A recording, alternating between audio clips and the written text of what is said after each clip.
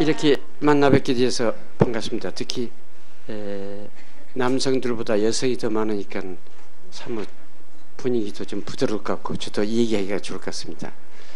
근데 아마 여러분들 좀 이상하게 생각할 점이 있을 거예요.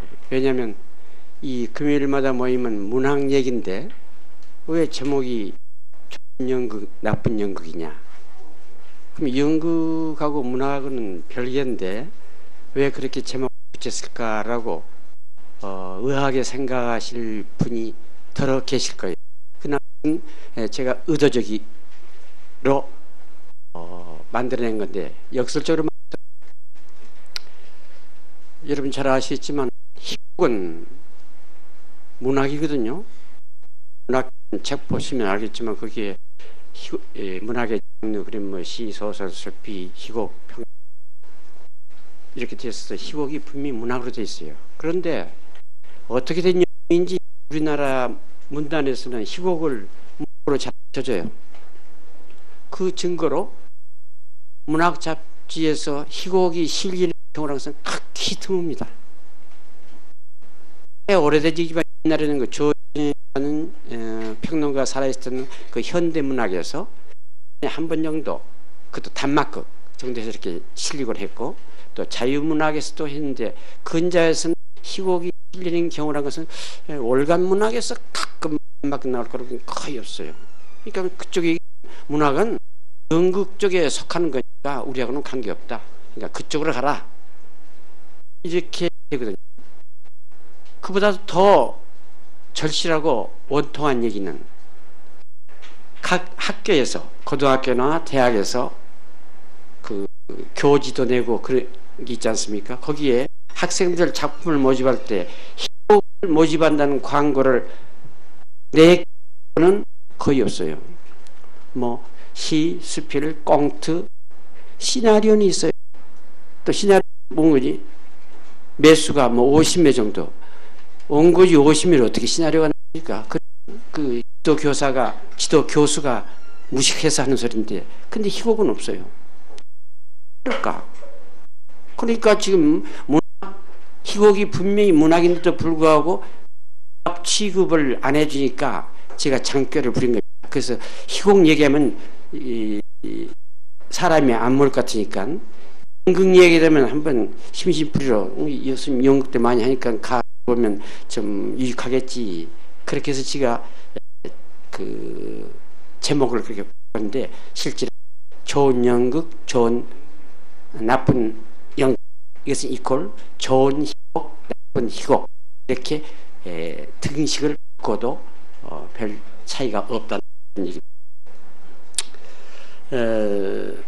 제가 이 짧은 시간 내에 1시간 조금 넘은 시간 내에 지금 연극을 말하거나 그런 것이 아니고 연극 가운데 희곡에 대해서 취미를 가진 그런 분도 앞으로 뭐가 다 한다면 희곡 좀 써볼까, 또는 뭐 한다면 김수현이처럼 TV 드라마 작가에서 돈도 벌고 직업도 되고 또 가정주부도 하고 일석삼조 아니냐, 뭐 이런 생각도 가지고 오신 분들이 있지만 아무튼 좋습니다. 어떤 방송극이 됐건 연극이 됐건 극은 극이니까 그것은 그걸 극문학이라고 그러는데, 이 극문학이 가지는 특징이 무엇인가 좀 알아야 하지 않겠는가, 이런 생각을 해봅니다. 그러니까 서두에 말씀드린 것처럼 희곡은 분명히 문학의 한 장르다. 그런데 그 희곡이 다른 분야의 문학과 어떻게 다르냐, 그 정도는 알고 되지 않겠는가, 이 얘기입니다. 그런데 뭐 지금은 학교 안 나갑니다만 좀 지금보다 젊었을 때 학교 나갈 때 그 얘기합니다. 희곡 타 문학 장르와의 차이점이 무엇인가부터 알게 된다면 희곡의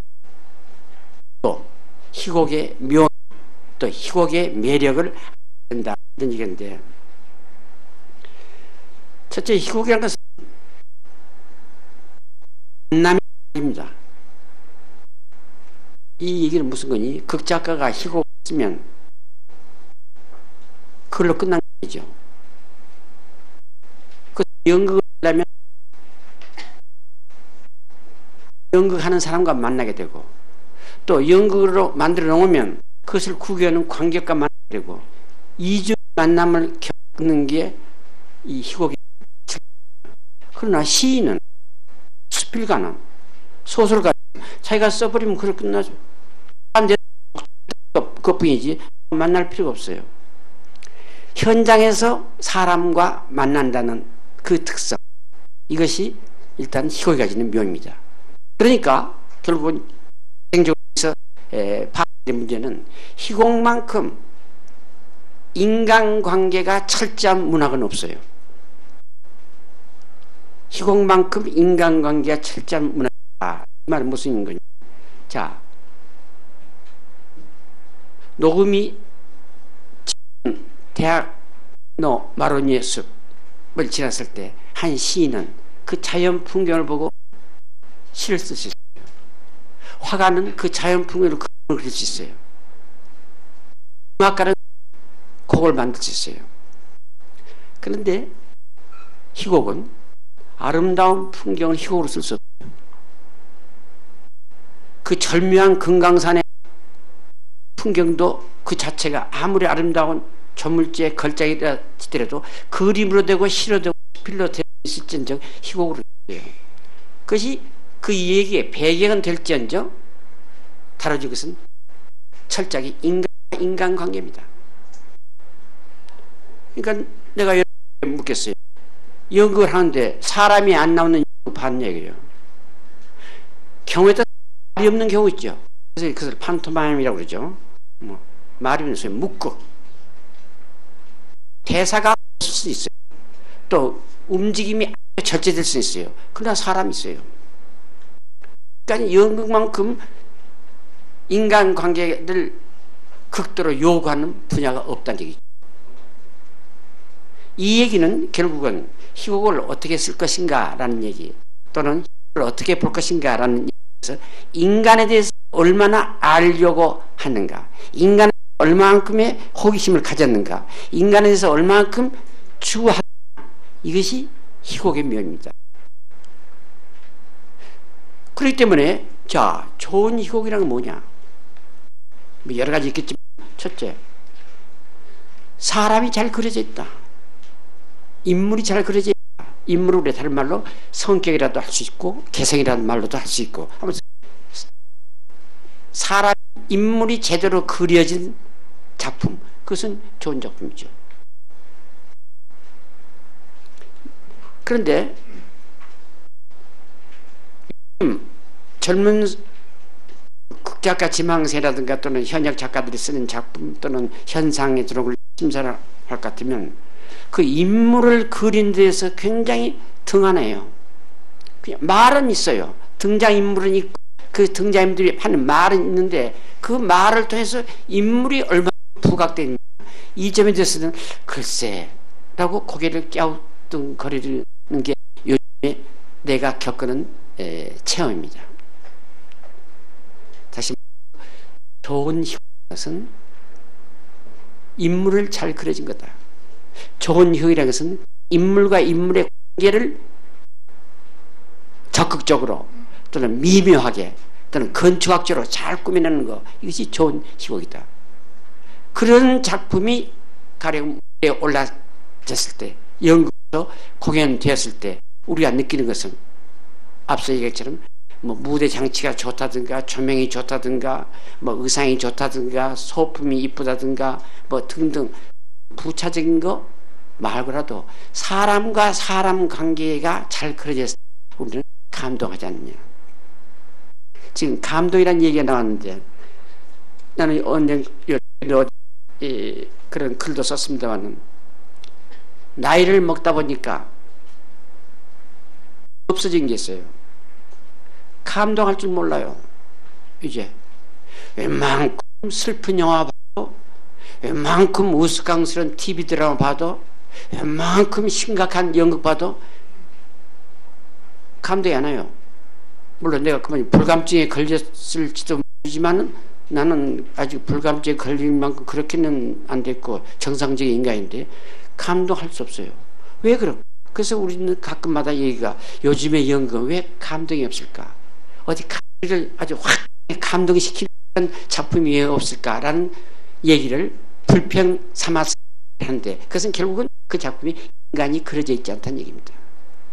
우리가 흔히 얘기할 때 연극상에 있어서 인간, 그러면 대표적인 게 셰익스피어의 해물릿이죠. 그게 해물릿형 답이 있다. 적당히 우수에 젖었고, 적당히 지적이고, 적당히 반항적이고, 적당히 내성적이고, 그러면서 적당히 망난적인 그런 인물의 총화가 해물릿이죠. 그러니까 우리 해물릿이라는 작품이 좋다는 것은 셰익스피어가 사람을 그리는데 명수였다는 얘기죠. 이게 셰익스피어의 모든 작품이라는 건 전부가 셰익스피어가 만들어낸 인물, 개성을 만들어낸 거예요. 우리의 경우는 지금 그런 게 없어요. 어느 작품이 나와도 그 사람이 그 사람이에요. 유형이 다르고 이름이 다르고 직업이 다르고 다른데 하는 짓은 똑같아요. 대표적인 예를 들면 뭐 여러분들은 연극은 잘 보더라도 TV 드라마를 보니까 알겠지만, 야, TV 드라마에 나오는 인물도 보세요.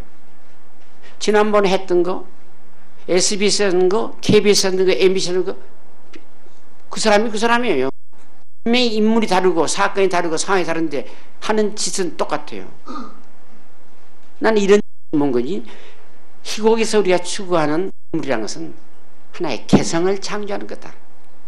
근데 그 개성이란 말을 잘못 알아듣는 경우에 유형,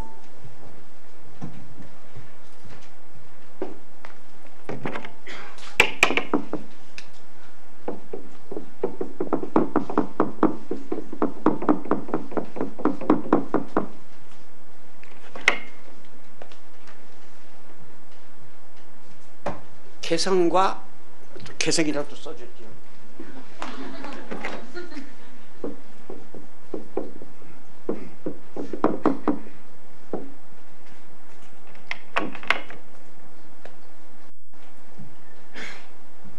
우리가 요구하는 것은 개성적인 인물을 요구합니다. 그러니까 셰익스피어가 해물릿을 만들었다. 해물릿이라는 그 개성적인 인물이 있었기 때문에 우리를 어필한 거죠. 근데 지금 대체적으로 우리나라의 현실, 내가 알기 쉽게 방송국의 경우도 있지만 방송국에 나오는 인물들은 개성적인 인물이라 전부 유형적인 인물이에요. 유형적인 인물이라는 것은 예를 들면 하나의 타입입니다. 난 그래서 이런 경우에 늘 그런 예를 들었는데, 자, 백화점에 가서 와이셔츠를 산다. 15반 주십시오. 그러면 여자분이 15반 줘요. 그건 15반 사이즈라는 게 정해져 있죠. 그건 누구에게나 그는 통용되는 거예요. 그건 개성이 아니죠. 작가가 추구하는 개성이라는 그런 15반을 요구하는 와이셔츠 사이즈를 대는 것이 아닌 보다 창조적인 차원에서의 개성이 필요하다. 근데 어느 작품을 봐도 비슷한 사람들이에요. 그래서 우스갯소리로 우리가 TV 드라마 가운데 이모 아니면 고모 안 나오는 작품 없어요. 근데 이모 아니면 고모가 전부가 과거 있거나 조금은 병신스럽거나 수사스럽거나 간섭하는 잔소리예요. 뭐 시집 갔다 소방 받고 어떤지 시집을 못 가든지 그런 사람들이 좌지우지해. 그걸 나와서 얘기하면 재밌어라 하죠. 그러나 왜 그런 사람이 뭐 어떤 작품이 꼭 나오느냐. 뭐 요즘엔 그런 거 없었는데 옛날 한동안은 가정부, 어느 드라마고 가정부 가서도 좌지우지해요. 그것은 유행이라고. 그러니까 그렇게 해서 우리를 일시적으로 즐겁게 해주는 거, 우리를 우습게 해준다는 것은 좋지 모르지만은 작가가 추구하는 것은 그것이 아니다. 개성을 찾아야 한다. 그랬을 때 그 개성을 찾는 것은 결국은 소설의 경우도 마찬가지죠. 우리가 좋은 소설이라는 것은 그 소설의 주인공이 어떤 사람이었는가에 따라서 무게가 생기고 흥미가 생기고 그래서 애착하는 겁니다.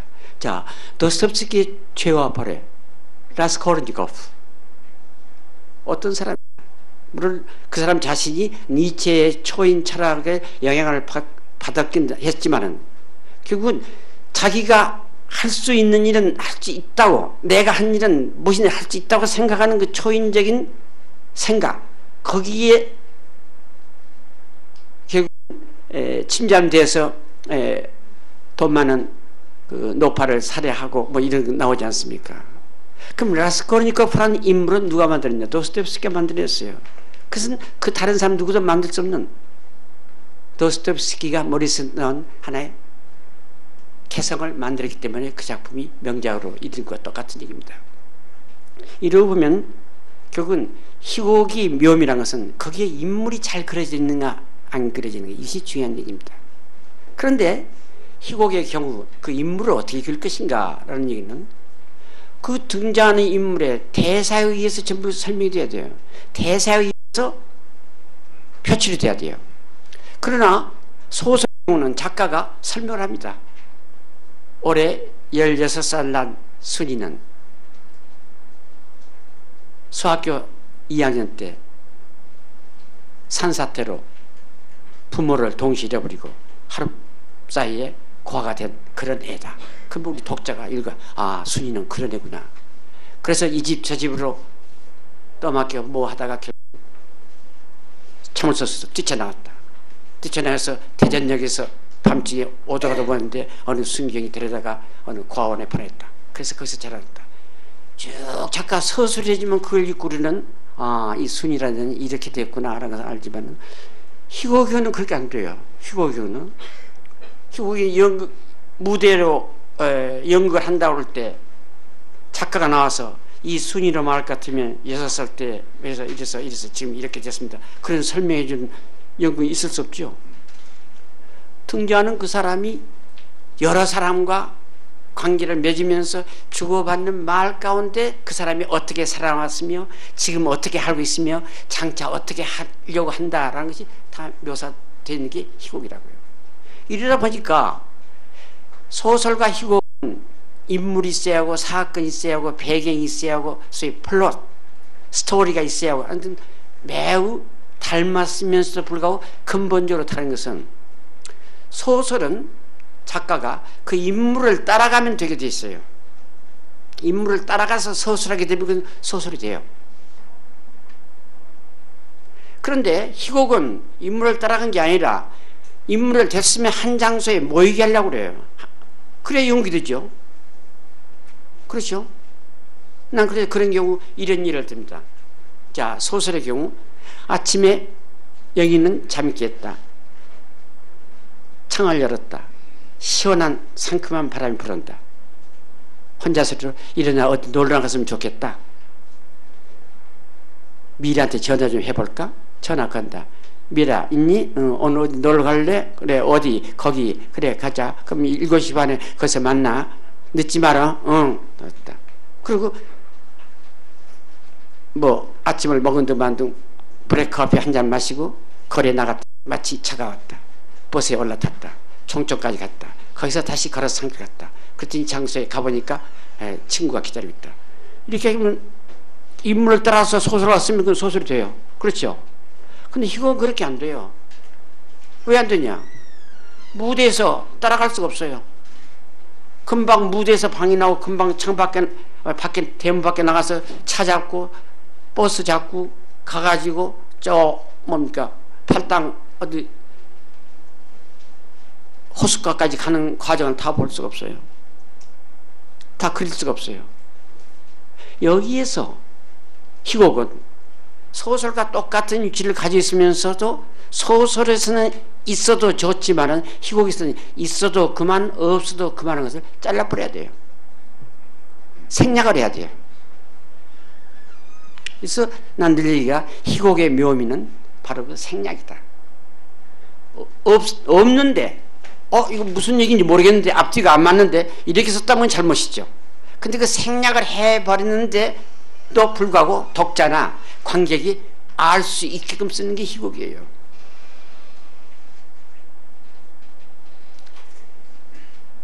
이 얘기는 희곡이 우리가 흔히 듣는 얘기로 문학은 문학이로되 무대에서 상연된 것을 전절한 문학이다라는 것은 뭐 상식처럼 다 되는데 무대 위에서 상연이 된다는 자체는 뭐냐? 꼭 보여줘야 할 것은 남기고 나머지는 다 털어버리라는 얘기예요. 아까 소설에 아침에 일어나서 눈을 뜨고 창밖을 내다보고 그렇게 기분이 동해서 친구한테 전화를 해가지고 몇 시에 어디서 만나기로 해서 만났다라는 그 과정을 희곡에서는 안 돼요. 희곡에서는 어떻게 하느냐. 무대가 그 여자 주인공의 침실이 아니라 팔당이면 팔당 옆에는 어느 허저단 소나무 아래 벤치가 있다. 누가 기다리고 있다. 자꾸 본다. 이 집이가 오늘도 또 늦나? 올 때가 됐는데. 그러면 그 집이 항상 시간 안 지킨단 말이야. 그래 오늘은 여기 집에 오면 내가 한번 혼내줘야지. 근데 제쳐서 하이 하고 온다.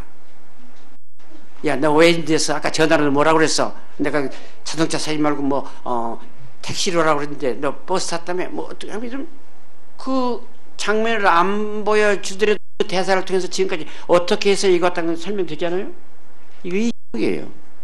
그러니까 희곡을 쓸 때 이것은 이제 그 창작하는 사람들에게 하나의 이제 조언인데 제가 그렇게 배워왔고 또 그렇게 했기 때문에 여러분들한테 참고 삼아 얘기 드는데 희곡을 쓰고 싶어 할 때 중요한 것은 쓰기 전에 자기 남들은 뭐 인물이다 뭐 플롯이다 이렇게 다 생각하잖아요. 이것을 소설 쓰듯이 전부 써 내려가라고 그래요. 제 얘기는. 그러면 그 원고지가 뭐 10장이 됐건 20장이 됐건 30장이 됐건 쭉 된다고요. 그래서 시작과 끝이 되지 않습니까?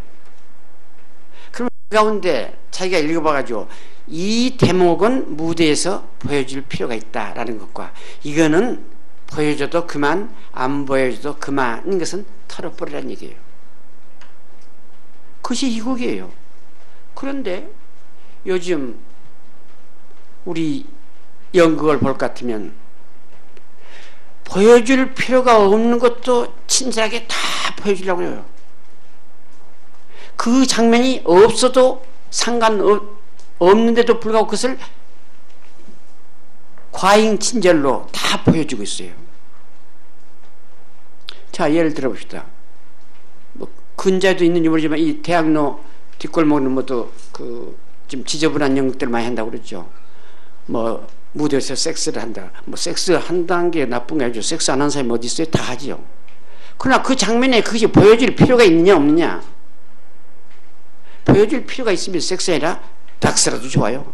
더한 것도 상관없다고. 근데 우리가 보기에는 필요 없는 것을 보여주고 있어요. 그냥 그것은 이미 좋은 희곡, 좋은 연극에서는 이탈된 겁니다. 꼭 있어야 할 거. 이 얘기는 어느 시나리오, 그 사람 이름은 잊어버렸는데 시나리오 작가가 그 서양 사람인데 그런 얘기를 한 걸 기억나는데 대사가 나오지 않습니까? 시나리오도 그렇고 희곡도 있지만 그럼 그 시나리오의 대사란 뭐냐? 그 사람의 말이 없으면 앞뒤가 연결 안 되는 말이다. 그것이 시나리오의 대사라야 한다. 그런 말이 있어요. 그러니까 그 말이 없어도 연결이 된다면 대사할 필요 없어요. 그 대사가 없으면 어떻게 된 거지? 잘 모르겠는데 뭐가 어떻게 되어간 거지? 모르겠네. 이런 때 대사를 넣어라 이런 얘기예요.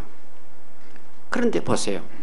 또 우리 방송국을 예를 들지만은 우리나라 방송국을 두고 있으면 모든 것을 다 얘기해줘요.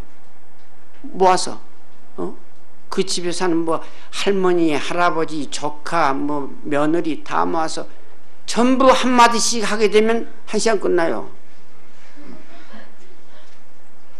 그러니까 좋은 희곡, 좋은 시나리오, 좋은 드라마라는 것은 대사가 줄여들어야 돼요. 아까 얘기대로 있어야 할 거. 그 얘기 없으면 무슨 소린지 모르는 거. 이거는 안 돼요. 근데 이러한 폐단이 어디서 왔냐. 일본은 물론 우리보다 앞섰죠. 그 텔레비전 문화도 우리보다 앞섰어요. 근데 일본 사람들은 그 텔레비전 드라마가 처음 생겼을 때 어떻게 표현했니? 소위 ING, 근데 이제 일본말 하기 좀 잘 모르니까 쉽게 말해서 ING 문학이라고 그랬어요. 뭔 거니? 뭘 하면서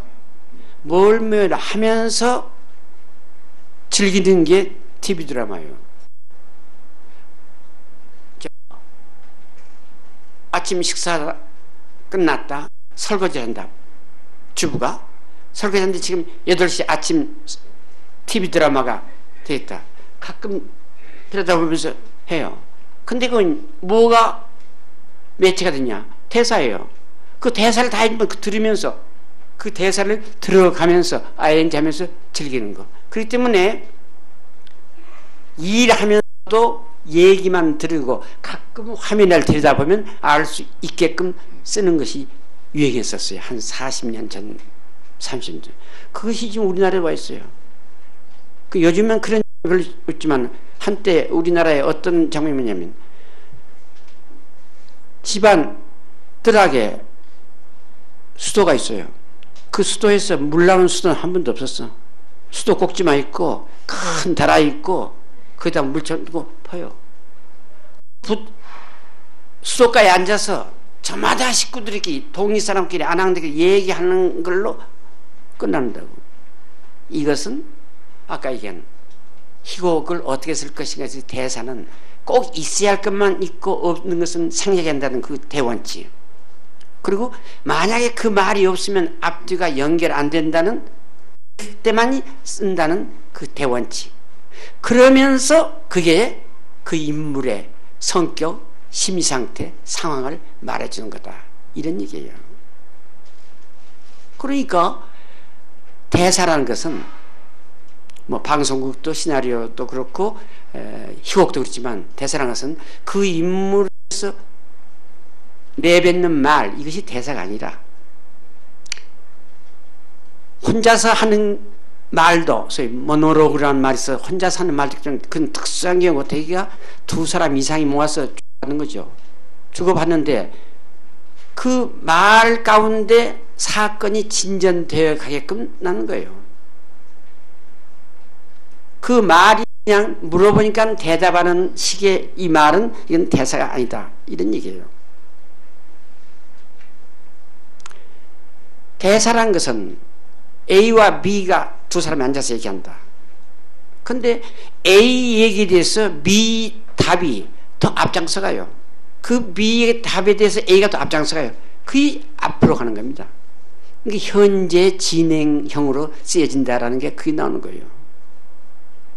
그러니까 아까 일본의 TV 드라마 초기에 뭐뭐 하면서 ING를 한다는 그것이 아닌 사실은 희곡에서의 대사라는 것은 주고받는 말이 사실을 일상적인 대화를 그냥 주고받는 그게 아니라 그 가운데 사건을 진전시켜 가면서 그 가운데 그 사람의 성격, 심리 묘사를 나타내면서 이런 이중삼중의 사명을 가지고 있는 게 희곡의 그 말이에요. 근데 대체적으로 오늘날 우리의 희곡이 말이 많다. 필요 이상의 것을 보여준다. 그 보여준다는 것은 그렇게 해야만이 관객에게 또는 시청자에게 친절하다고 생각할지 모르지만 그렇지 않죠. 그러니까 우리가 뭐 어렵게 생각할 필요 없어요. 외국에 잘 됐다는 TV 드라마 보세요. 영화 보세요. 대사가 없어요. 우리가 100개 있단다면 그 사람들은 40개밖에 안 돼요. 이건 뭐 구체적인 뭘 하지만 극도로 대사를 절약한 거죠. 절약했다는 것은 뭔 건지 아까도 여러 번 했지만 그 말이 없어도 전달되는 거. 소위 이미지화된 영상이 됐건 뭐가 됐건 다 그림으로 나타내줘요. 얘기를 안 합니다. 근데 우리의 경우는 커피를 가져왔어요. 되게 커피 드세요 그래요. 커피 드세요. 커피 말할 필요 없어요. 따르면 커피인데 뭐. 오렌지 주스 드세요. 오렌지 주스 할 필요 없어요. 그 오렌지 주스가 특별한 어느 의미를 가졌을 때 오렌지 주스를 하지.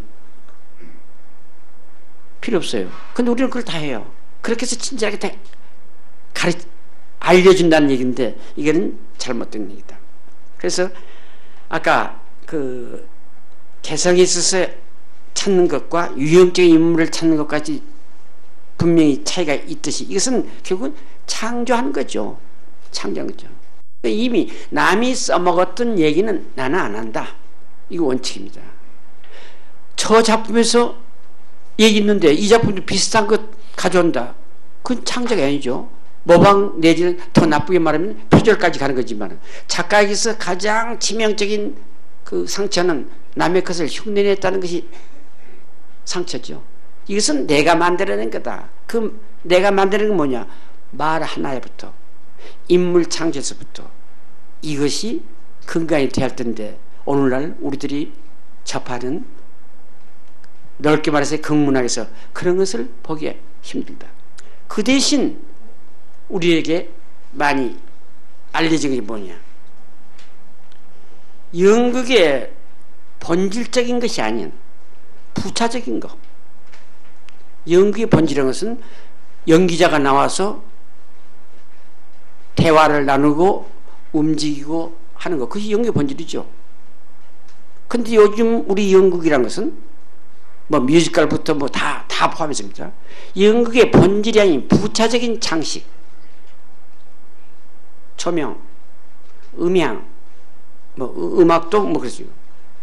의상, 장치 이런 장식적인 요소를 요란스럽게 해서 우리 넋을 빼는 게 요즘 연극이에요.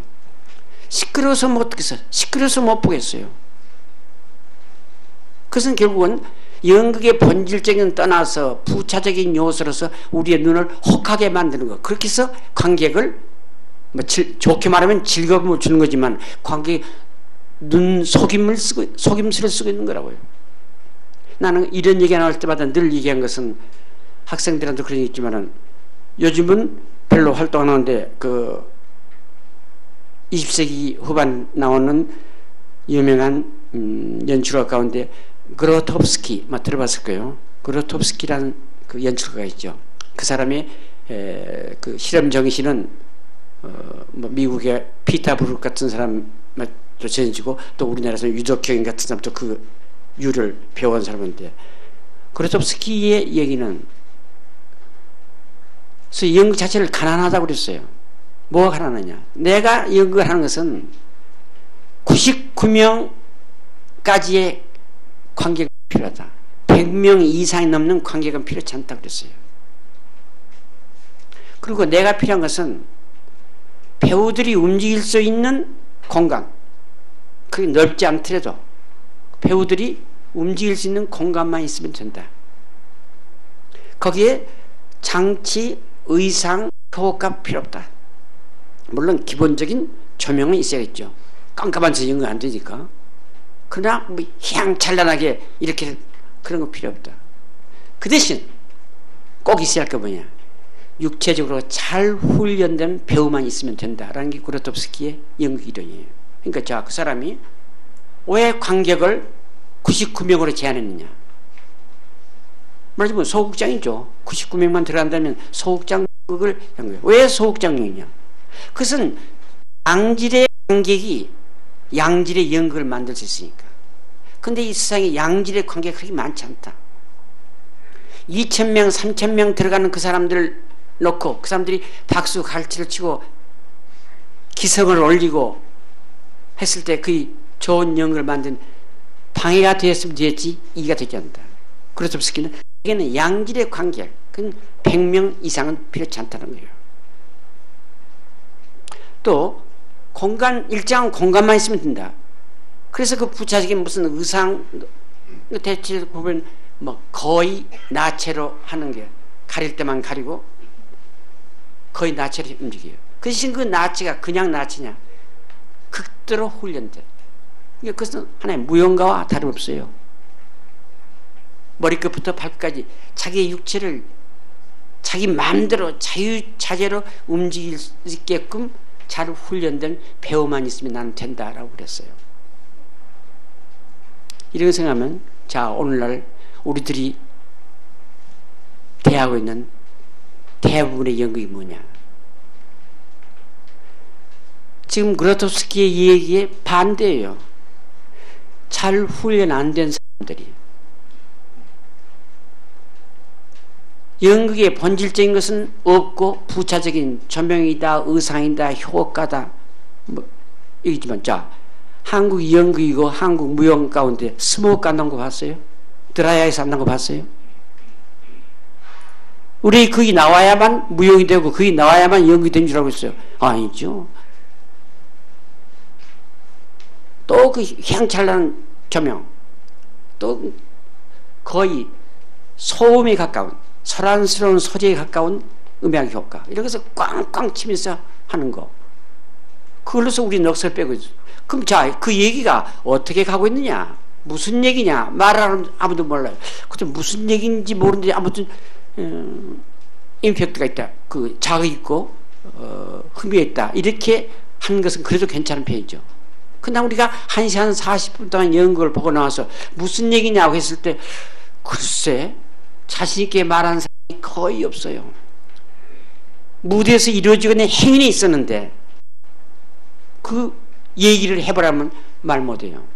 난 그것을 작가가 가지고 있는 하나의 그런 철학이지만 문학적인 말하면 소위 의식입니다. 주제가 분명히 한다. 어떤 사람들은 무슨 문학작품에 주제가 필요하냐, 연극에 무슨 주제가 필요하냐, 재미있으면 되지 않느냐, 뛰고 놀고 뭐고 뭐해서 그 재미 속에 일정한 주제가 면면이 흘러내리고 있는 경우와 주제가 없는 경우를 놓고 어느 쪽을 택할 것인가, 그건 삼척 동자라도 주제가 분명한 것을 얘기할 거예요. 근데 그 주제를 잘못 이해한 사람들이 예상외로 많아요. 특히 방송극을 지망하는 그런 초보자들 얘기가, 나는 그런 질문을 여러 번 받았는데, 선생님 꼭 방송국에 주제가 필요합니까? 뭐가 필요합니까? 재밌으면 되잖아요. 즐겁게 해주면 되지, 그 이상이 뭐가 필요합니까? 라고 묻는 사람이 예상외로 많았다고요. 근데 그런 사람들의 얘기를 뭔 거니? 그 주제라는 것에 대해서 잘못 인식을 하고 있어요. 주제를 작가가 관객이나 독자에게 강요하는, 너 이 방향으로 따라오느라 라고 강요하는 것이 주제라고 생각했다고. 아니, 우리가 그런 불만을 갖게끔 된 사실도 있었어요. 소위 목적문학, 연극에서 목적극, 이 연극을 통해서, 이 문학을 통해서 독자나 관객을 어느 방향으로 끌고 가야겠다라는 게 있었죠. 대표적인 게 방공문학, 방공극, 그게 아니었어요? 그러니까 그것은 빤해요. 갈 길이 빤하다고. 그러니까 그거 재미없는 거죠. 그런 데서 길들여지다 보니까 꼭 문학에, 연극에 주제가 필요합니까? 라고 반문하는데, 절대로 모든 창조 작업에는 주제가 필요해요. 간단한 유행가에도 주제가 있어요.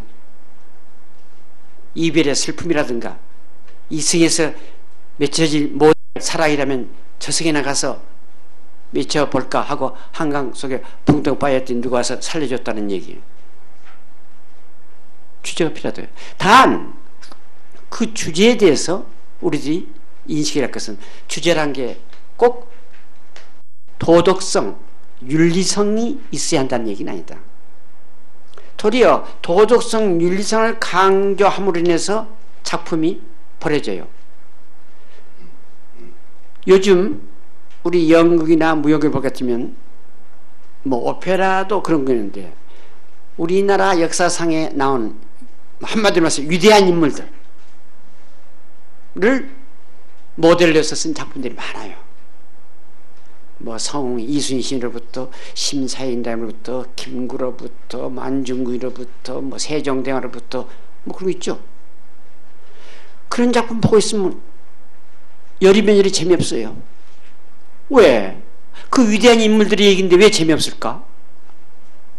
나라를 위하여 자기 모든 것을 바치고 가족도 다 희생하고 자기 자신도 희생하고 오로지 백골이 진토되어 넋이라도 있고 없고 하는 생각으로 민족을 위해서, 나라를 위해서 모든 걸 바치는데 왜 재미없을까? 그 사람은, 그렇게 쓴 사람은 그 작품을, 주제를 잘못 생각했다고요. 우리한테 무슨 애국사상을 강조하려고 있어요. 우리가 극장에 가는데 역사 홍보를 하는 거 아니죠. 역사적인 사실을 소재로 해서 작품을 썼을 뿐이지 거기에서 역사 홍보를 시키려고 하는 거 아니에요. 근데 요즘에 주변이 전부가 역사 홍보예요. 뭐 방송국도 마찬가지. 이게 아니죠.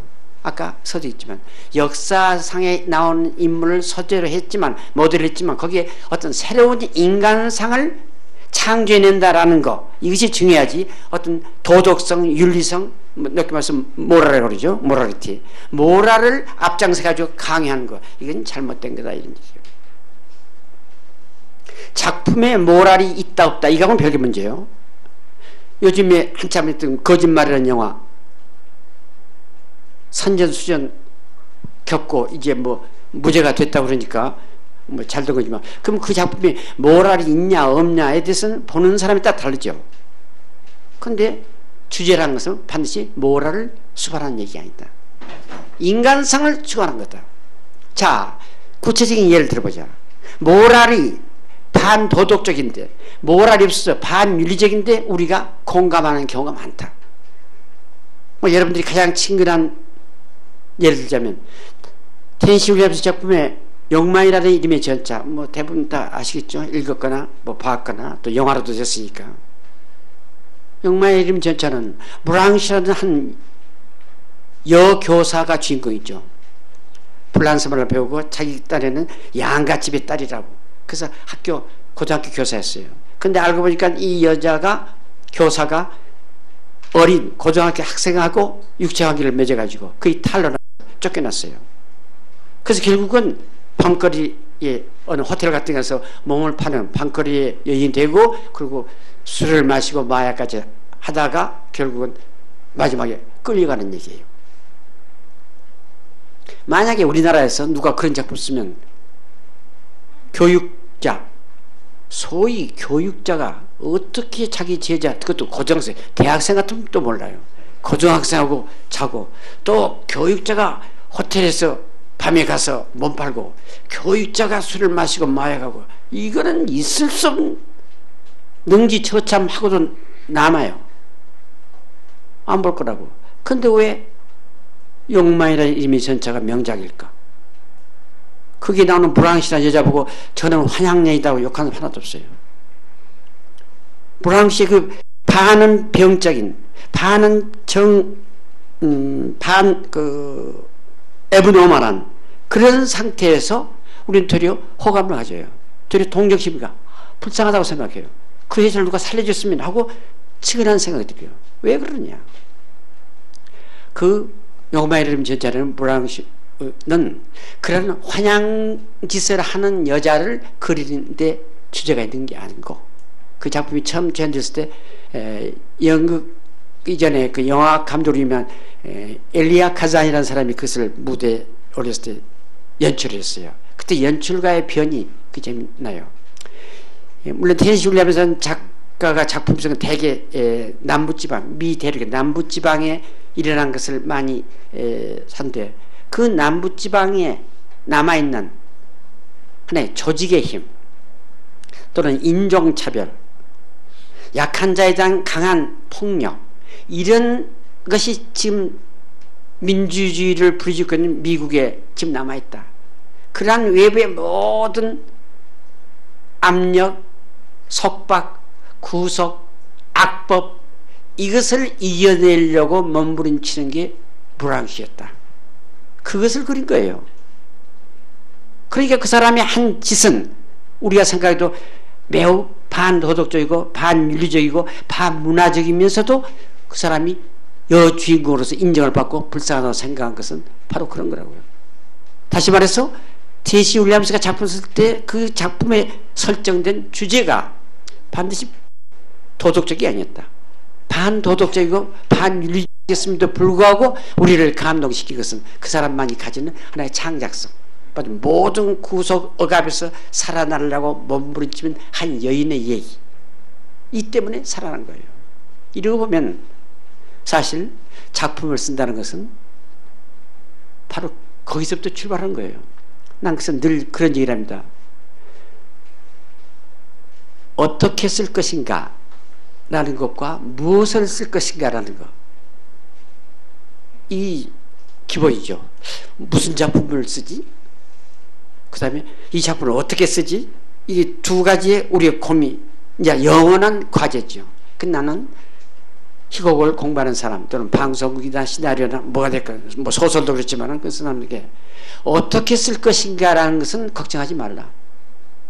그래서 그 방법 어떻게 쓸 것이라는 방법 메소드는 살아나가면서 다 익혀져요. 중요한 것은 무엇을 쓸 것인가가 더 중요한 거다. 무엇을 쓸 것인가 그 무엇 그게 사실은 주제라고요. 시인이 밤잠을 안 자고 뜬 눈으로 세운다. 소설가가 썼던 글을 지우고 또 지우고 하고 파지려고 쓴다. 왜 그러냐? 쓸 줄 몰라서 어떻게 쓸 것인가 쓸 줄 몰라서 써는 내용이 마음에 안 들어. 자기가 써는 인물이 마음에 안 들어. 그러니까 지워버린 거 아니에요? 그것이 뭐냐면 결국은 문학이라는 것은 어떤 진실한 인간에 어떻게 접근해 가느냐라는 훈련이에요. 방법이 아니에요. 수단이 아니에요. 중요한 것은 방법 수단은 써가면서 남의 작품 많이 읽고 하면서 터득해져요. 그러나 무엇을 쓸 것인가는 남이 했던 거 그대로 할 수 없잖아요. 내가 사실 생각해야지. 내 머리에서 독창성을 가지고 창작이 돼야지. 그래야 감돌지. 아, 이 소설은 누구하고 비슷하네, 닮았네. 외국 사람 쓴 거 이거 베낀 거 아니야? 그런다면 그 소설가는 가로가는 거죠. 무엇을 쓸 것인가 이게 중요하다는 얘기예요. 근데 내 주변 사람들의 또 젊은 사람들은 소재가 없다고 그래요. 무엇을 쓰기는 쓸 텐데 무엇을 쓸까? 쓸 것이 없대요. 그럼 내가 그러죠. 도시락 싸가지고 서울시에 광화문부터 동대문까지 걸어가봐라. 길거리에 뭐 있는가? 없어요. 소재가 어디 작전된 장소에 소재가 기다린 게 아니라 소재는 우리 집에는 무한히 있다. 수두룩하게 있다.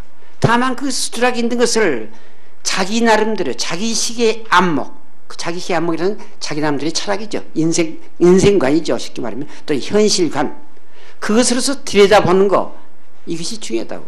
그러니까 다른 사람이 봤을 때 이거는 죄악이다 라고 생각했는데 이 사람은 죄악이 아니라고 생각했을 때 다른 거 아닙니까? 사람을 죽였다. 그러면 그 사형시켜야지. 아니다, 이 사람은 사형시킬 수 없다라고 봤던 안목과 똑같은 얘기라고요. 그것을 걱정하는 게 문학이에요. 그것에 접근하는 게 문학 정신이에요. 그게 창작이라고요. 근데 지금 그런 게 없어요. 색다른 거, 뭐 색다른 소재가 없는 거, 그것만 찾아다녀요. 난 그래서 늘 그 작가 지망생에게 소재 이퀄 작품 아니다. 소재 플러스 주제 플러스 테크닉, 이 작품이에요. 근데 대부분의 문학 지망생들은 색다른 소재가 나오면 금방 원고지에서 쓰려고 그래요. 색다른 소재를 금방 쓴 것은 작가가 안 해도 돼요. 대신해 주세요. 누구?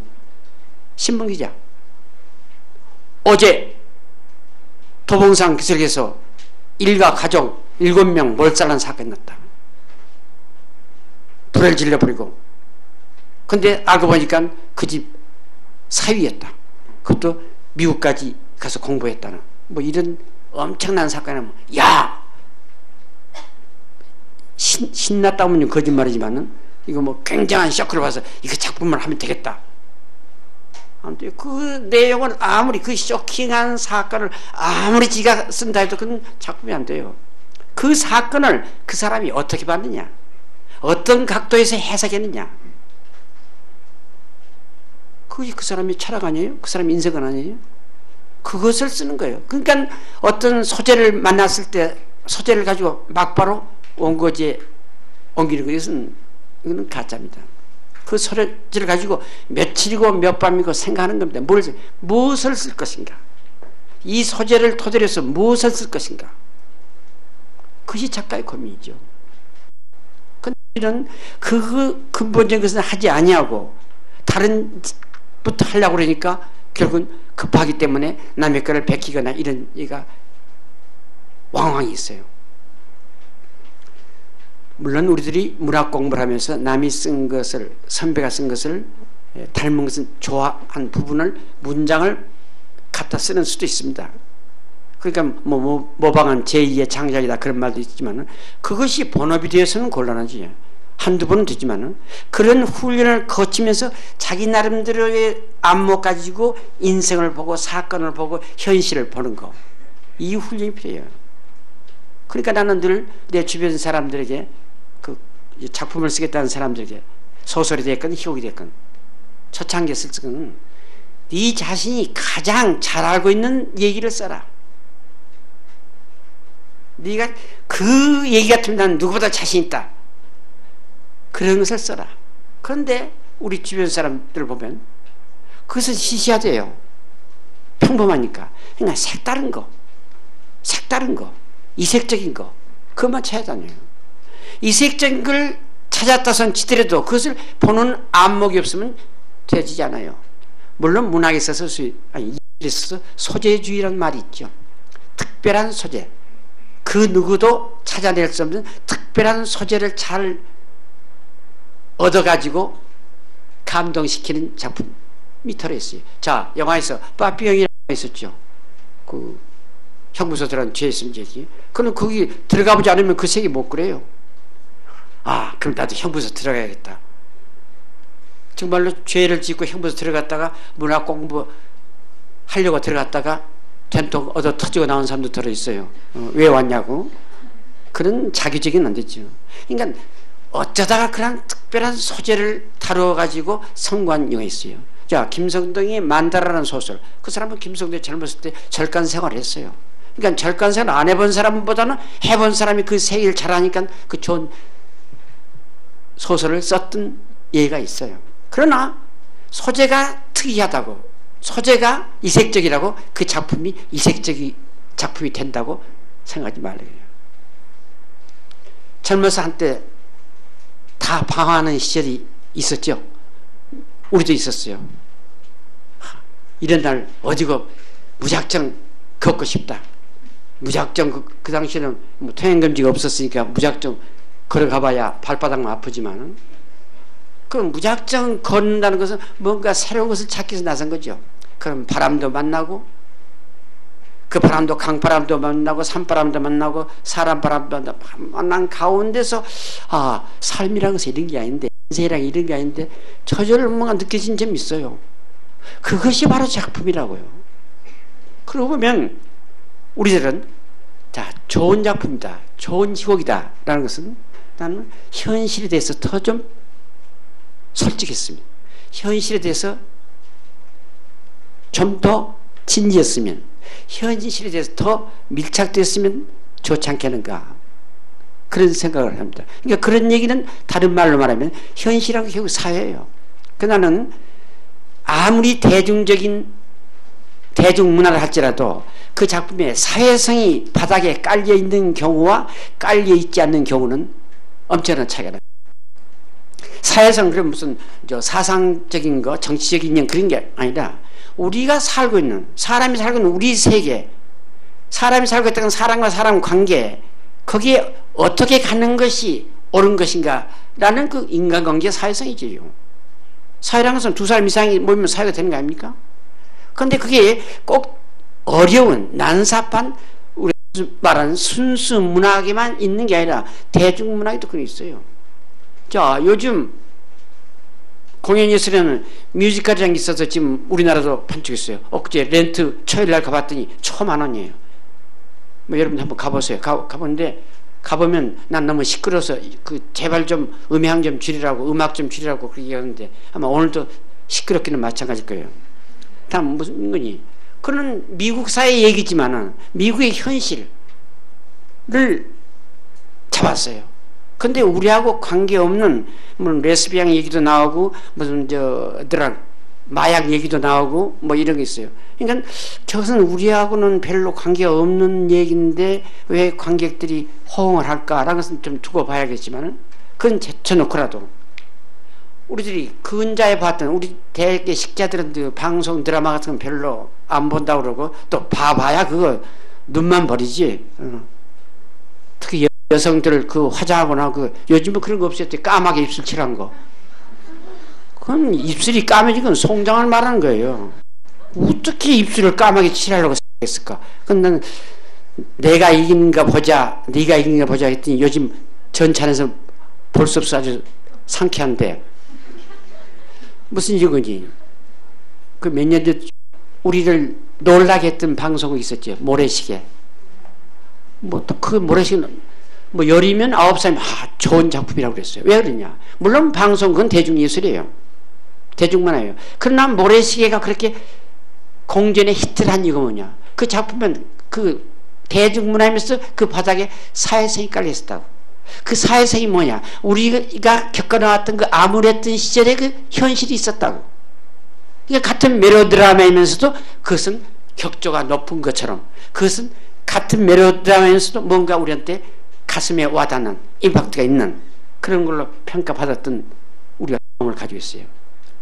그러니까 결국은 좋은 연극이란 것은 그 현실의 반영입니다. 그렇다고 해서 남들이 나보고 그래요. 당신은 뭐 리얼리즘만 좋아하고 다른 건 좋아하지 않는다. 좋아하지 않는 게 아니라 다른 것은 쓸 재간이 없으니까. 나보고 오태석이나 이강백이 쓰라면 죽었다 깨어나도 못 써요. 나는 내 길이 있어요. 내 식대로 쓰는 거예요. 그 사람은 그 사람대로 가는 거고. 그러니까 자기의 세계를 견지하는 거지. 요즘 이런 게 팔린다더라 따라가면 그건 안 돼요. 그러니까 속담에 주인만에 나가네 끼니 굽는다고 그러잖아. 이쪽으로 가볼까 저쪽으로 가볼까 끼니도 굽는 식인데, 작가라는 것은 자기 나름대로의 안목을 갖는 것, 그것이 나는 현실을 보는 놈입니다. 그것이 사회성이에요. 그렇다고 해서 무슨 데모를 하다, 노사 분규를 하다, 뭐 가난한 자, 가진 자의 갈등이다, 이런 비상적인 얘기 아니에요. 그런 것도 때로는 필요하죠. 필요하죠. 그러나 우리는 그런 것은 골치 아프니까 몰라도 돼. 피하는 사람이 이것은 더 나빠요. 왜? 주변에 죽어 넘어간 사람들이 있는데 그거하고 나하고는 관계없어. 우리는 그저 섹스만 하면 돼. 그럴 수는 없잖아요. 이런 볼 때 아까 뮤지컬 얘기가 나왔지만, 자 지금 뮤지컬도 처음에 시작은 그냥 아주 오락적인 데서 시작했어요. 오락적이었어. 예술장은 없었다고. 그러나 오늘날의 뮤지컬은 사회적인 문제예요. 대표적인 미스 사이공 같은 거, 미스 사이공. 그건 월남 전쟁에 갔던 미군 부대와 거기에 있었던 현재 장년과 관계이죠. 그래서 결국은 멜로드라마적인 요소지만 바닥에 깔린 게 뭐냐? 그 작가가 노린 게 뭐냐? 반전사상이에요. No more war. 이상 전쟁이 있어서는 안 된다. 그 어떻게 인류 평화를 외치면서 지금도 우리가 전쟁을 해야 하고 이렇게 많은 사람이 죽어가야 하느냐? 전쟁을 해서는 안 된다라는 거, 그게 사회상 아닙니까?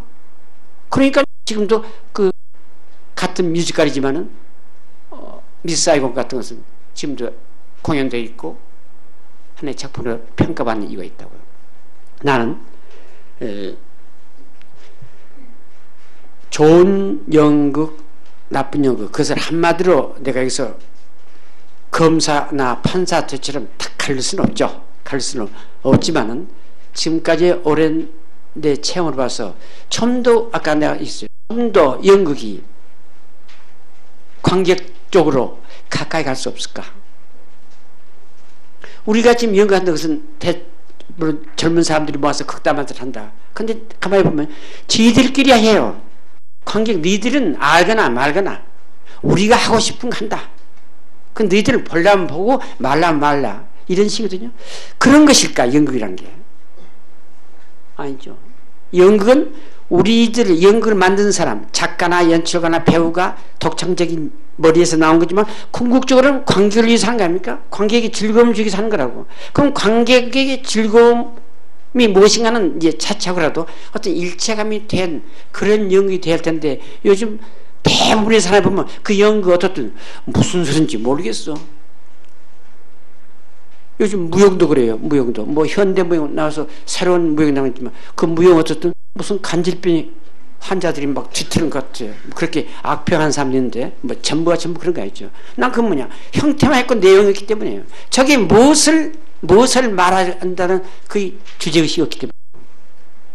나는 이런 얘기를 평소에서 느끼면서, 여러분이 엊그제 그 신문에도 봤지만 제가 운이 좋아가지고 대부분 한 푼도 안 들이고 평양 구경을 하고 왔거든요.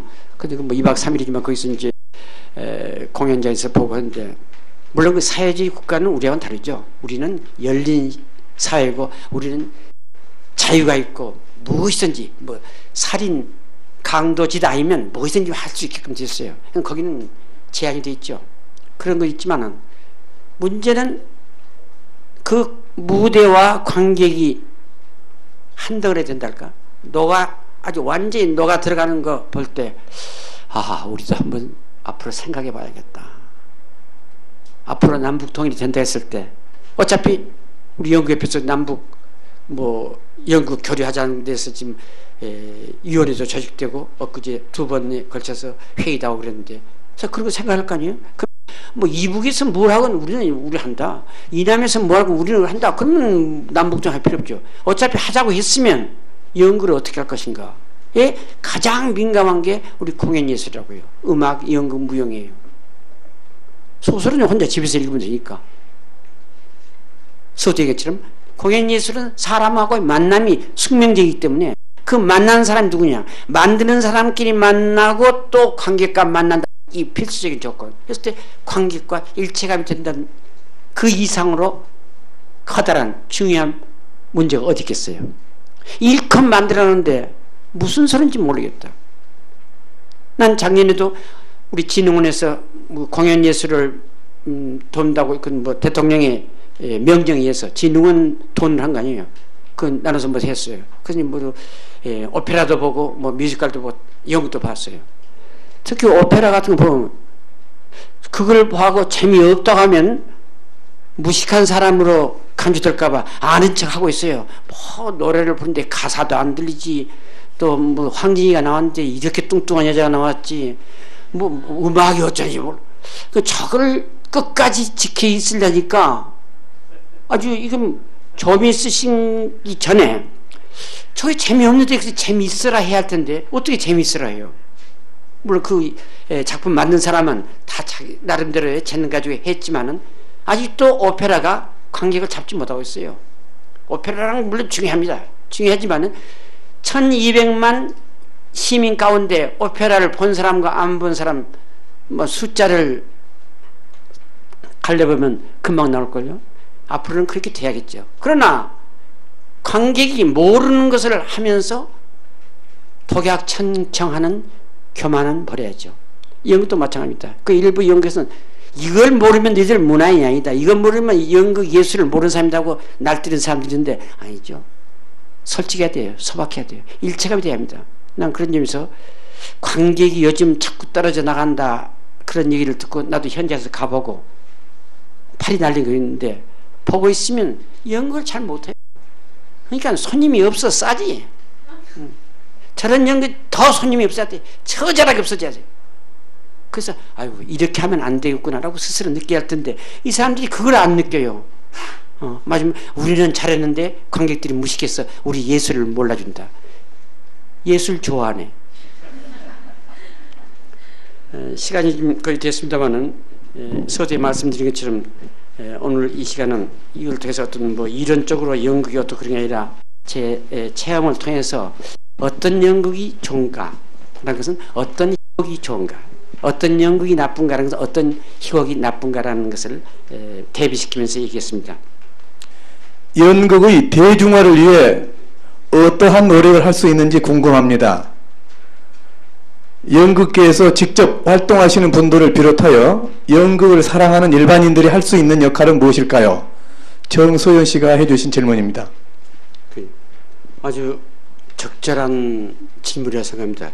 우리 연극계에 있는 우리들 자신도 아까도 내가 얘기했지만 요즘 자꾸 관객이 왜 멀어져 가냐. 한때는 IMF 때문에 그랬다.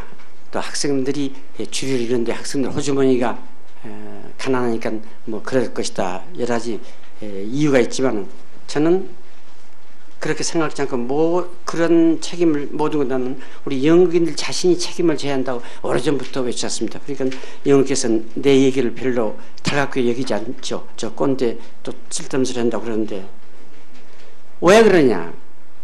연극에 임하는 우리 연극인들이 자세가 진지하지 못해요. 반 장난기가 있어요. 또 물론 그것은 설익은 작품 가지고 설익은 연기를 하는 것도 있지만은 보세요. 어느 모든 연극이 그런다고는 말할 수 없지만 대부분 연극이 소위 개그, 뭐 우스갯소리가 좋고 뭐 벨라디도 좋고 뭐 있지만 속된 표현합시다. 시도 먹히지 않은 소리로 웃기는 거예요. 그래서 쌍스러운 소리, 비하고 그러한 얘기 이런 거에서 사람들 까르르까르 웃기면서 그것이 연극이라서 하는데 천만 말씀. 우리는 더 진지해야 돼요. 그렇다고 해서 뭐 익모초 씹은 듯이 심각한 얘기에서 심각한 연극을 한 게 아니라 진지한 연극. 희극이 됐건 비극이 됐건 진지한 것이 없어요. 그 진지한 것이 없는 게 뭐냐? 앞서 그것도 쓰겠지만 훈련이 안 된 사람들이 나오니까 그래요. 그래도 음악이나 무용은 어떤 기술을 연마하는 과정이 있잖아요. 목소리가 안 나오는데 무대에 올려버립니까? 그 목소리가 올라갈 때까지 두 옥타브까지 올라간 다음에 한다면 그건 매일 연습하죠. 그런데 연극은 그런 교육기관이 없어요. 연극 영화과 나도 옛날에 있어봤지만 연극 영화과 자체가 틀려먹었어요. 그런 교육까지는 되지 않아요. 그럼 모자란 데도 불구하고 나와요. 왜 그럴까? 인심이 좋아서 그럴까? 그런 애들은 무대에 설 자격이 없어요. 그런 애들이 나와서 하는 연극은 돈 받을 자격이 없어요. 그런데 일생 동안 연극한 사람은 엊그제 대학을 나왔건 아니 지금 재학 중인 사람이건 하는 연극이 돈은 돈도 다 받아요. 말도 안 되는 얘기지. 그건 돈 내놓고 해야지. 이것을 생각하면 어떻게 하면 나보고 매정한 사나이라고 얘기할지 모르지만은 그렇게 간다는 거 아니죠. 그러니까 우리가 한 길에 접어든다는 것은 목숨을 걸고 하는 겁니다. 근데 지금 목숨을 걸고 하는 연극이 몇 편이 될까? 뭐 전혀 없는 건 아닙니다. 우리 집에도 우수한 극단들이 있어요. 그냥 대체적으로 봤을 때 장난 삼아 사는 거. 이러기 때문에 손님이 없지 않느냐. 또 중요한 얘기는 지금 연극의 손님이 최근에는 좀 나이 든 사람들이 조금씩 늘어난다고 하지만은 아직도 연극 관객은 젊은 사람이죠. 왜 연극이 젊은 사람들의 전용물이냐? 우리 같은 늙어있는 연극 보지 말란 말이냐? 우리보다 학생들 연극 보지 말란 말이냐? 아니에요. 다 같이 봐야 합니다. 그런데 왜 젊은 층에 이 사람들만이 주인공, 연극 주인공이 되려고 하니까 이것은 생각 잘못한 거예요. 그래서 자기와의 치열한 싸움이라는 것은 물론 자기 훈련이죠. 나는 아직도 무대에서 자기가 라고 자기를 돌아보는 그런 겸허한 생각에 따라서 치열한 훈련을 해야 돼요. 훈련 안 한 사람이 어떻게 무대에 올라옵니까? 어떻게 훈련하는 권투 선수가 어떻게 링에 올라서 상대방과 싸웁니까? 어떻게 훈련 안 된 발레리나가 무대에서 춤을 춥니까? 다 훈련하고 한 거예요. 근데 연극만은 훈련 안 한 사람 다 나와요. 갑자기 전화 왔어. 야, 내일 빨리 나와. 이번 이 연극 맡은 사람이 영장 받아서 입대한대. 이거 비니까 네가 나와서 해. 그래서 갑자기 들어가지고 한 5세 연습해가지고 뭐 막 올렸다. 예도했어요. 그건 불가피한 사정이라고 생각하지만은 그렇게 되진 게 아니죠. 그렇게 되진 게 아니죠. 그래서 난 늘 얘기가 연극에 임하는 우리들이 자세가 더 원초적이라 한다. 더 원칙적이라 한다. 더 원칙적이라는 것은 가차 없앤다. 변명 없앤다. 뭐 정부에서 안 도와주니까 사회에 이해가 없으니까 스폰서가 없으니까 뭐 어떤 이유가 그렇게 많아요. 옛날에 언제 진흥원 있었어요? 없었어요. 난 우리 돈 내고 했어요. 그 지금보다 더 잘했어. 또 옆에서 그 언론에 있는 사람들도 그래요. 1960년대 70년대 연극이 그래도 진지했던 것 같은데 요즘 왜 연극이 이번에 있지? 라고 얘기를 하더라고요. 네. 답이 될는지 모르겠습니다만 연극이라는 것을 일종의 상품, 그러니까 어떤 도구화해가지고 그런 학생들이라든가 뭐 이런 문제를 가지고 있는 사람들에 대한 그런 그 교정이라든가 치료 이런 쪽으로 이렇게 그 지금 그 한 분야가 나가는 것에 대해서 연극하시는 분으로서 그런 걸 어떻게 보시고 또 어떻게 생각하시는지 궁금하거든요. 네. 예, 말씀 좀 부탁합니다. 요즘은 그 없었는데 한 10년 전에도 이른바 사이코 드라마라는 게 꽤 유행했었죠. 맞으면 연극을 통해서 정신 질환자 또는 정신 좀 모자란 사람을 고친다. 이것은 대단히 중요한 얘기죠. 그건 필요합니다. 그건 그 드라마뿐이 아니라 미술도 그렇고 이제 음악 가지고도 한다는 그런 것도 있고. 근데 문제는 그것을 하기 위해서 젊은 사람들이 막 찾아다니더라고요. 그는 그 방면에 전문적인 지식을 가진 사람이 하는 것이지 누구나 덤비는 게 아니거든요. 자, 정신병동에 가서 정신 조금 뭐한 사람 환자들하고 앉아서 얘기를 한다 하다가 그것이 자연스럽게 해서 네가 이 역을 해봐 이렇게 했다. 그래서 하다가 난 뒤에 감격돼서 일체감 있다. 그런 미담거리는 있는데 나는 아이들 잘못 나간 청소년들을 가르치기 계도하기 위해서 연극을 쓴다든가 또는 정신질환을 가진 사람에게 대해서 연극을 통해서 치유를 한다든가 이건 대단히 고귀한 작업이라고 생각합니다. 그러나 문제는 거기에 대한 전문적인 지식이 있는 경우와 없는 경우 그게 좀 걱정스럽다는 생각이 들어요. 그래서 저는 옛날에 보면 대학에 학교 다니는데 사이코 드라마 하러 간다고 그래요. 가면 하긴 하겠지. 그래서 네가 무엇을 하고 어떻게 하냐. 그랬더니 우리 선생님이 오라 한다고. 그러니까 아까 얘기는 입대하니까 그 비운 자리 맞추는 식으로 가는 것이 아니라 그런 사이코 드라마 하는 데에 대한 의미를 분명히 가지고 어떤 사명감을 가지고 해야지 어떤 가서 뭐 웃기는 거 그런 걸 해서 즐겁게 해준다는 이런 얍삽한 생각을 하는 것은 안 한 것마다 못하다. 난 그런 생각합니다. 그러니까 연극을 그런 면에 하나의 수단으로 쓴다는 것은 난 결코 바라지 않습니다. 작업을 하게 될 때 해석이 달라붙는다라는 거죠. 배우와 연출과 희곡을 작가와 배우와 연출이 셋이 그걸로 토론을 하게 된다는 거죠. 근데 거기서 같은 얘기를 놓고 세 그러니까 세 사람이 보는 관점이 다 틀리기 때문에 거기서 많은 갈등이 오고 실제로 많이 싸우게 되고 뭐 그런 경우가 많이 있는데 그러면서 작가가 의도했던 거와는 다르게 아주 연출이 의도했던 방향으로 가는 경우도 있고 뭐 배우가 영향력이 큰 배우면은 그 배우의 그거에 따라 가게 되는 경우도 많이 봤고 어떤 그러한 것들로 봤을 때 많은 이제 작업해 나가는데 작가와 연출가 배우들 간의 갈등이 많이 생기게 되고 혼란이 있게 되고 뭐 그런 것 때문에 공연이 뒤집어지게 되는 경우도 있는데 그렇다면 그러한 갈등 요소에서 그 3자 간에 언제나 놓치지 말아야 할 건 무엇일까라는 고민을 좀 많이 했었습니다. 그래서 좀 근데 거기에 대한 해답도 잘 못 찾고 그래서 이 자리에서 좀 질문을 드려보고 싶습니다. 네. 시키는 대로 해요. 배우가 발언권이 없어요. 그건 좀 우스갯소리지만 배우는 작가 선생님, 연출가 선생님 그래요. 그렇게 하죠. 작가 선생님께서 나를 이번에 모델로 썼다니까 연출가 선생님께서 이번에 나한테 좋은 역을 줬죠. 작가면 작가가 연출가면 연출가 왜 선생님이 붙어요? 그럼 배우 선생님 없나? 배우 선생님 있어야죠. 배우 선생님이란 말 없어요. 그래서 배우가 자기를 비하하고 있다. 벌써 출발부터. 그러니까 애초에 배우들은 작가나 연출가 시키는 대로 해요.